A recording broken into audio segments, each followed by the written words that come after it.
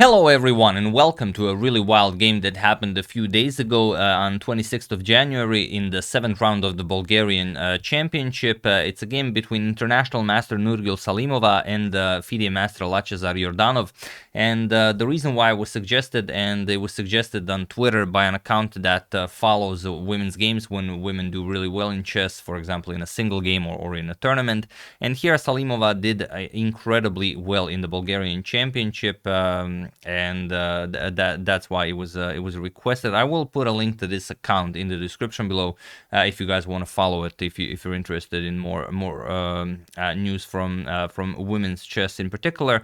And she finished in second place. There were 7 grandmasters playing the Bulgarian Championship, and she finished ahead of 6 of them. So second place, she only lost to the gentleman that won first place. He had half a point more than her. I think he had like 6.5, she had 6, but we're going to discuss the standings after we check out the actual game, because this is quite an attacking masterpiece. So let's dive straight into it. Nurgyul with the white pieces opens with pawn to e4. We have pawn to c5. Lachezar goes for the Sicilian defense. Knight to f3. We have d6. Sorry about that. And pawn to d4, striking in the center as one always does. C captures, knight captures, and now knight to f6. We have knight to c3 and a6. The knight of Sicilian is on the board. We have bishop to g5, and now knight b to d7. We have queen to e2, a bit of a funky line, but it is nothing new. It has been played before. You just want to castle as quickly as possible.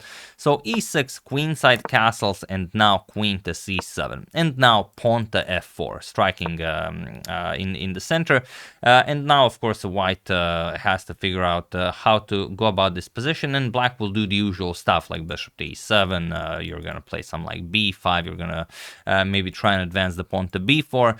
It will either be castles of opposite sides, or black will keep the king in the center of the board and will try to attack white on the queen side. And here we have the immediate b5, and now white has to decide. Salimova can choose between something like a3, which is the standard reply to b5. You want to stop that b4 push. f5 is an idea. In some variations, even e5 is an idea, like a straight-out pawn sacrifice. In this one, obviously, doesn't work, but if you have a similar position, always keep in mind that sometimes e5 is a possibility. You could also play bishop captures on f6. So many possibilities here. She goes for pawn to f5, puts pressure on the d6 pawn, and of course black has to react to this, and black does so by playing pawn to b4. This is the best way to react, and it says that white should have maybe played a3, but okay, it's still playable. It's just going to be a complete mess on the board. So f captures on e6, b captures on c3, we have e captures on d7 with check. Knight captures on d7, and now queen to c4, offering a queen trade. C captures on b2 with check, king to b1, and now usually in this position black just trades the queens. Queen captures, bishop captures, and then the game continues with something like knight e5. You attack the bishop, you attack, you start developing, and so on. But here Yordanov wanted more, and he played knight to c5, so he keeps the queens on the board, and now it's going to be a much more exciting game than it would be with the queens off the board. And there is a game where bishop to e2 was played, but here she goes for pawn to e5, and it is now, as of move 15, that we have a completely new game. And now you already see some very, very crazy ideas that are possible here. Black should play rook to b8, but I'm not going to tell you why black should play this. In the game, black played d captures on e5. He did not react maybe in the best possible way to this pawn push, because now there is a very clean way to take advantage of this. I'm sure you see glimpses of what it could be, and maybe even the whole thing, but just in case, feel free to pause the video and try to find the absolute best move for Nurgyul while I give you a couple of seconds.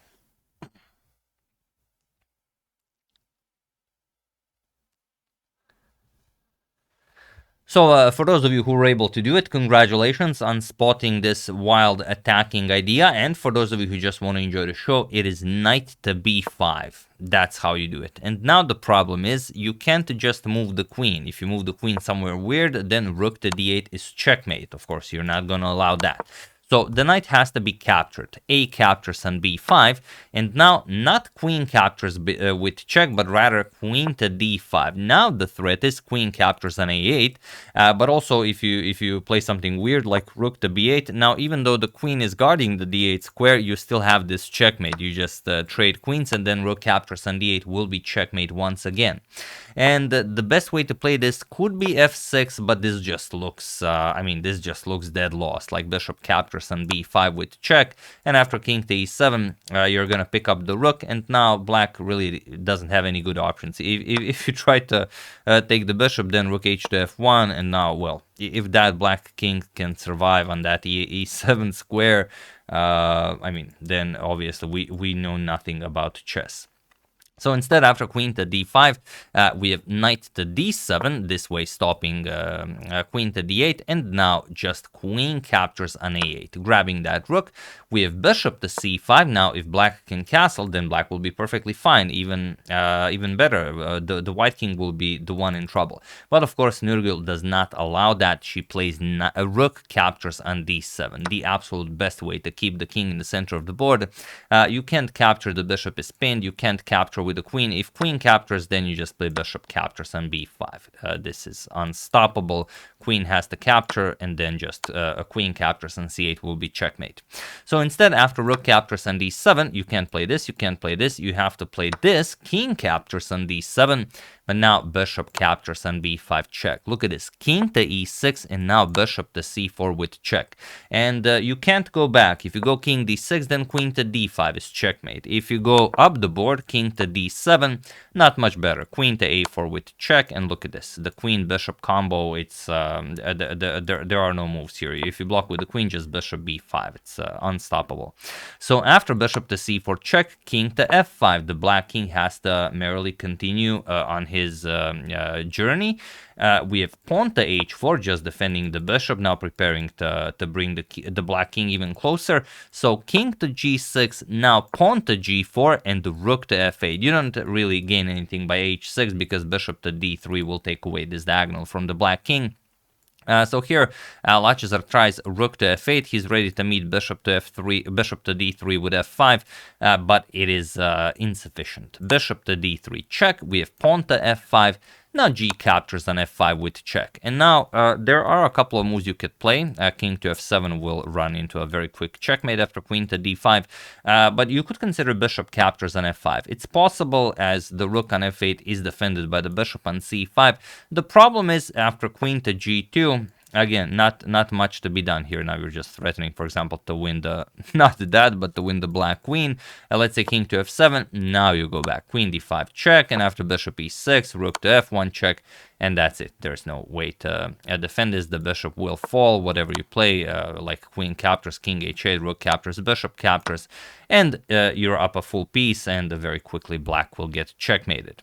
So instead, after g captures on f5, rook captures on f5. It's not much, but it kind of prolongs the game a little bit longer. Bishop captures with check, king captures, and now rook to f1 with check. King back to e6, and now queen to e4. So what can the black king do? White is even up material, so this is unplayable completely. But okay, bishop to d4, it's possible that you still make something out of it.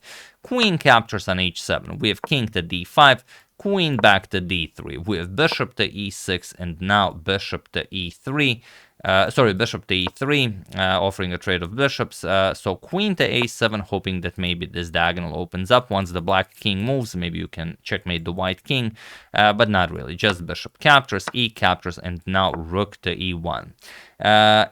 Even if you try something like, let's say, king d6, you put pressure on the a2 pawn, just a3. This is This is nothing. Black has absolutely no moves here. So after rook e1, bishop to f7 was played. We have queen to b5 check, now completely locking out the black king. King to d6, we have pawn to a4, and now bishop to d5. queen to b4 with check, king to c6, and now rook to e7. And it was in this position on move 37 that Lachezar Yordanov resigned the game, as there is nothing more to be done here. Now you either move the black queen and you get checkmated, or you try to trade queens, but this also doesn't work. You just pick up the pawn. Now a very simple endgame, rook against bishop, you're up a pawn. This is winning however you want to play it, like just push the h-pawn and you win. So yeah, after rook to e7, very nicely done by Salimova, brilliant victory in round 7. And yeah, I mean, the game just exploded out of nowhere. After this king to b1 move, usually players trade queens, but he wanted to keep the queens on the board. Knight to c5, and then after e5, the position absolutely collapsed. So like I said, you can play rook to b8 here and the game continues, but if you don't know this, if you try to play the position like not knowing it by heart, you will just collapse, like it happened in this game. So yeah, that's the game. Hope you guys enjoyed it. These are the final standings after 9 rounds of the Bulgarian Championship. You can see that the tournament was won by Kirill Georgiev, who defeated Salimova, and he finishes the tournament with 6.5 points. But then you have in second place with 6 points Salimova.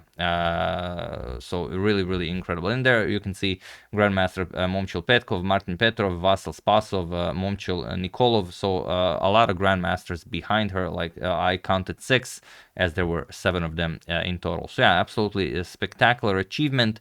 I didn't find how much rating she won in the tournament, as you know, it's harder than you might imagine. But yeah, if any of you can find this information, do share, and I will pin your comment so everyone else can see in the comments, because I imagine it's quite a lot. So yeah, that's the game. Hope you guys enjoyed it. Once again, thank you for suggesting it. And if you want to follow the account that suggested this game to me, that follows women's games and when women do well, we'll put a link to it in the description below, so you can follow it on Twitter. So yeah, that's the game. Hope you guys enjoyed it. I would like to thank Virtual Reality Piano YouTube, Taras Karpiak, Sasha Vidler, Emir Maron, and Paul Hinamund for your contribution to my channel. Thank you a lot. I really appreciate it. As usual, you can check 2 of my previous videos here. Thank you all for watching, and I will see you soon, continuing to check up on your wonderful suggestions, such as this one, and whatever else happens in the chess world. So thank you all. I will see you soon, and have an excellent rest of your day.